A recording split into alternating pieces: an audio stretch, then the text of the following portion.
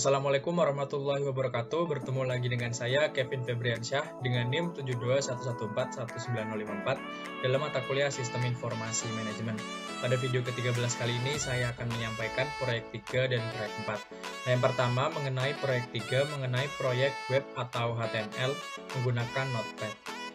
Membuat dokumen Notepad yang akan disimpan dalam bentuk Hypertext Markup Language atau HTML sehingga dapat digunakan sebagai halaman web. Contoh ini membuat suatu halaman web dasar yang menampilkan informasi kepada pelanggan potensial. Gambar ini memberikan informasi mengenai University Pizza, lokasinya, dan jenis-jenis pizza yang ditawarkan. Beberapa fitur ini digunakan untuk mengorganisasi informasi di halaman web tersebut untuk membuatnya lebih efektif seperti daftar, sebuah gambar, sebuah tabel, dan sederet link. Nah, yang akan kita buat proyeknya adalah seperti ini pada Notepad. Langkah-langkahnya yang pertama, mulailah dengan membuka Notepad dan membuat dokumen baru. Klik perintah Start dan pilih program Notepad seperti yang ada di gambar. Kemudian, klik baris 1 hingga 5 ke dalam dokumen Notepad. HTML mengharuskan perintah awal dan akhir, misalnya HTML dan garis miring HTML untuk mengakhiri. Jika hanya mengetik sebagai contoh dan coba melihatnya di dalam halaman web, browser tersebut tidak akan menemukan perintah akhir. Baris 1-5 menentukan judul web yaitu University Pizza dan memulai bagian tubuh kode HTML. Kemudian baris ke-6 adalah penentu tempat, yaitu di mana kursor akan ditempatkan.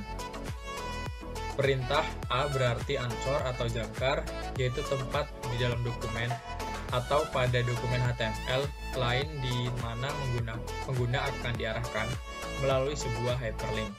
Kemudian baris ke-7 berisikan HTML untuk memulai paragraf yang dimulai dengan perintah P yang akan disejajarkan di bagian tengah halaman web. Pada baris ke-8, ukuran huruf diperbesar melalui 3 tahapan seperti memilih 3 opsi menurun pada menu drop-down dan dapat juga mengubah warna University Pizza menjadi merah. Pada baris 10 dan 11 kita harus mengembalikan perubahan ini menjadi bentuk huruf awal baris 10 dan keperataan paragraf awal baris 11.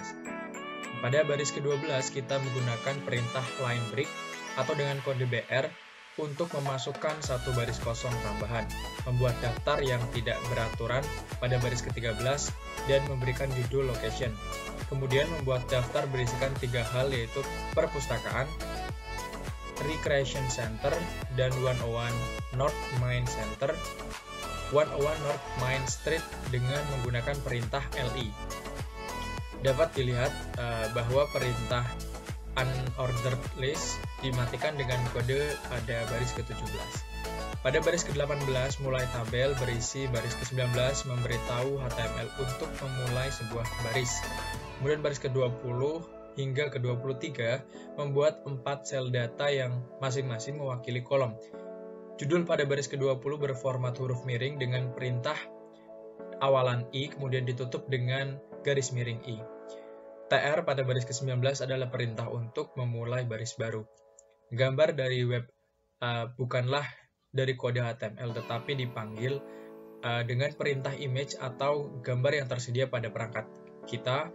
Gambar tersebut bersumber dari pizzaman.gif dan bertempat pada direktori yang sama dengan file HTML.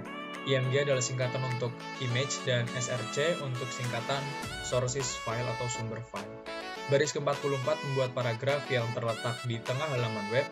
Baris ke-45 memberitahu HTML untuk menggunakan file pizzaman.gif tanpa pembatas, dengan kata lain bordernya sama dengan 0. Kemudian baris ke-46 menonaktifkan perataan paragraf sehingga perataan akan kembali seperti semula, yaitu rata kiri.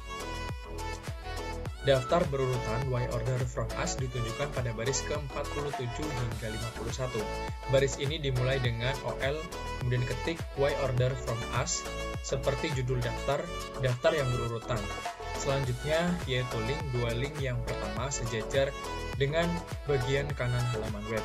Baris ke-52 dan 54 adalah perintah awal dan akhir yang menyebabkan paragraf tersebut sejajar ke bagian kanan.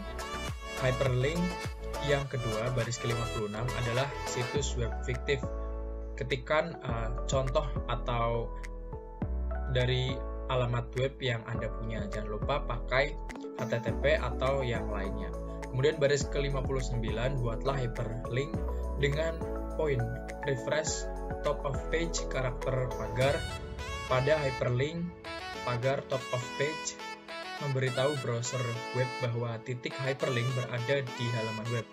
Dua baris terakhir berisikan perintah Kodi dan HTML. Dengan cara ini sangat penting dilakukan sehingga browser web dapat menerjemahkan halaman web dengan benar. Nah, untuk hasil akhirnya akan tampil di web adalah seperti gambar berikut ini.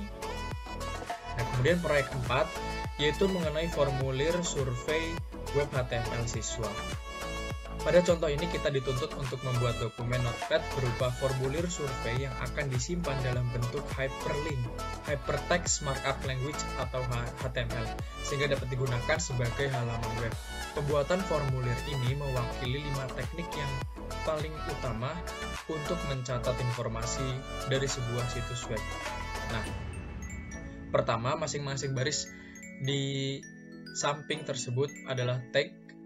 Ada tag pembuka dan ada tag penutup. Untuk menuliskan tag penutup cukup ditambahkan garis miring di depan tag pembuka. Semakin besar, tetapi tidak semua tag memiliki tag penutup.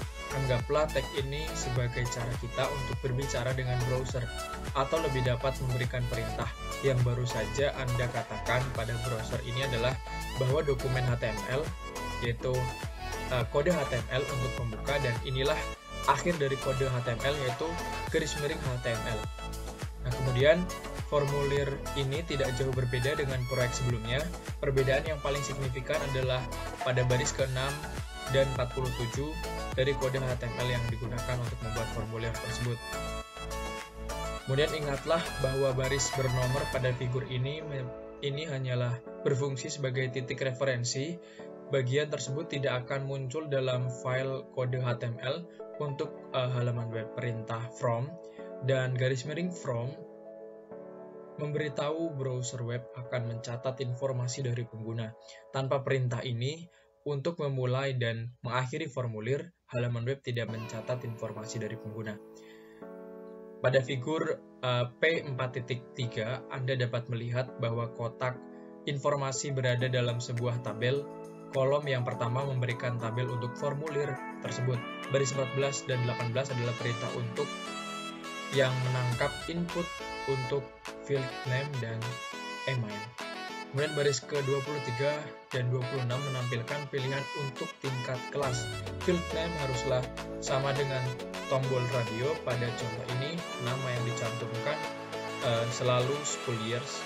Satu-satunya yang dilihat dari baris 23 adalah sebuah tombol radio dengan kata freshman. Perhatikan 4 fitur penting mengenai baris 23, jenis field, nama field, nilai field, dan fakta bahwa dipilih ini sudah memiliki tanda cek dari awal. Jenis field radio menyebabkan browser web memberi lingkaran yang dapat dimasukkan dengan sebuah klik mouse. Perintah field value pada baris ke-23, ketik lingkaran sebelum frase freshman, pilih. Komputer tersebut memasukkan nilai FR pada field school years. Pengguna halaman web melihat frase freshman, tetapi browser melihat nilai FR ketika lingkaran tersebut dipilih. Nah, untuk hasil akhir dari proyek yang keempat ini adalah seperti gambar ini. Demikian yang dapat saya sampaikan pada video ke-13 kali ini. Kurang lebihnya mohon maaf. Terima kasih yang telah menonton. Sampai jumpa pada video-video selanjutnya. Wassalamualaikum warahmatullahi wabarakatuh.